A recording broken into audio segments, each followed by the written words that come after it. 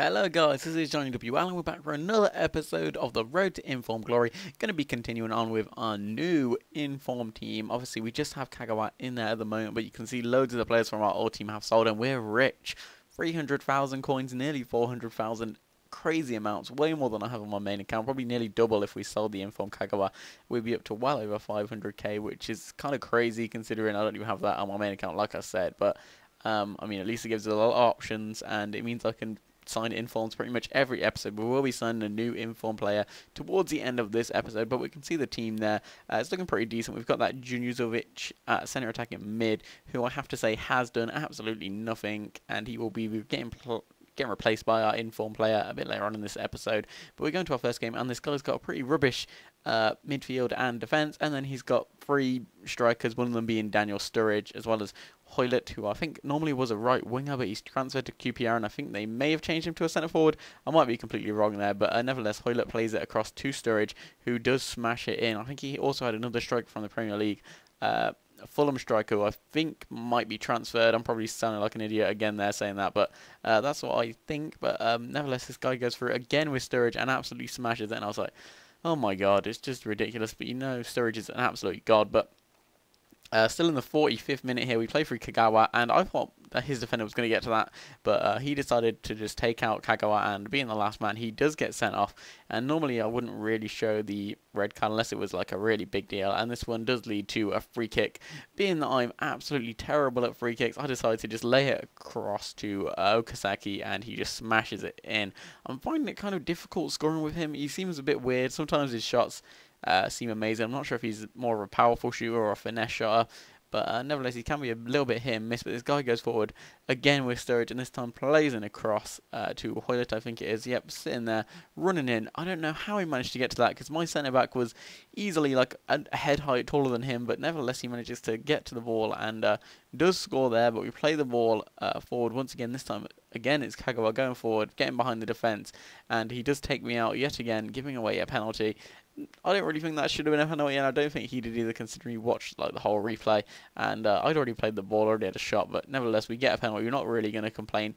Give it to Kagawa. Gotta give the penalty to the person who gets fouled, and he smashes it in. I was really lucky actually to get that in. I'm quite surprised that Kagawa's penalty and free kick stats are not that amazing, considering he's a 90 overall, but nevertheless, we do lose that game, and you'll see the stats there. I feel pretty hard done by losing that.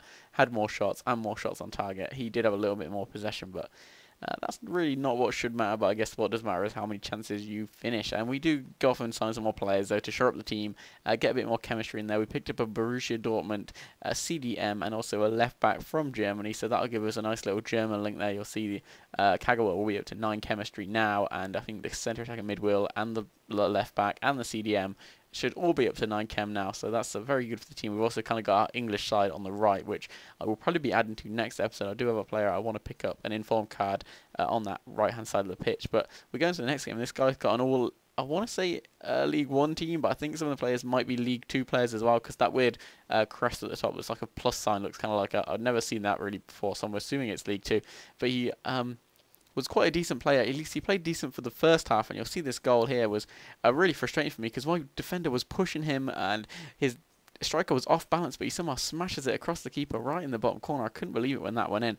But nevertheless, we stayed strong in the game. In the second half, we came out, a little bit more attacking. I think this is our new CD Hem, who does seem like a decent bronze player. Obviously, he's getting the 9 chemistry, so he's going to be better than a lot of the other players in the team. But we play it across a nice little 1-2 from Okazaki to Kagawa, and it's a lovely goal there from Kagawa. And this is the first really game where he actually shined, where I was like, okay, this guy is a very good player. You'll see the goal coming up in a minute where it really shows it. But he can see Okazaki going through, and he's not that pacey, but he does manage to keep away from the defenders, considering they're only bronze.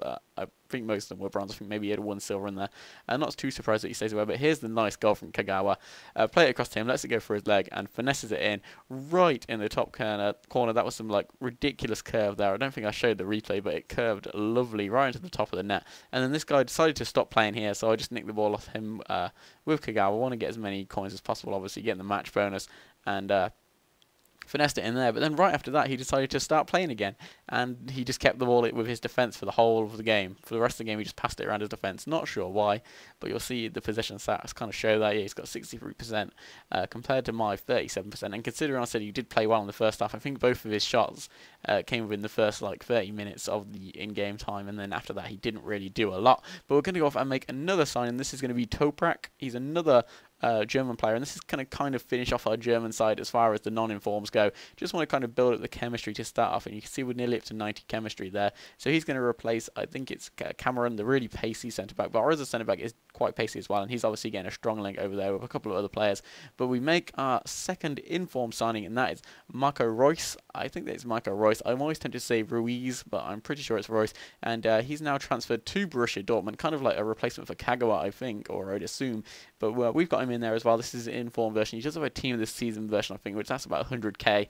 But the stats on this one seem good enough. He's got like 85 shooting, 85 pace, 4-star skills, 4-star weak foot, I'm pretty sure. So he looks like a very solid player. We've got him in there, you'll see, and his stats are very, very solid. I'm hoping to have some fun with him. The other centre attacking mid we had wasn't really getting in the game that much, and I think Royce does have a high attacking work rate, so he should get into the action quite a lot. We'll see how he goes in the coming episodes, but just to finish off, we'll go to the trade pile. The only player of real importance we have left is Vertonghen, but he should hopefully sell by the start of next episode. But I have been Johnny WR, guys. If you did enjoy, be sure to leave a like, and I will see you guys all next time.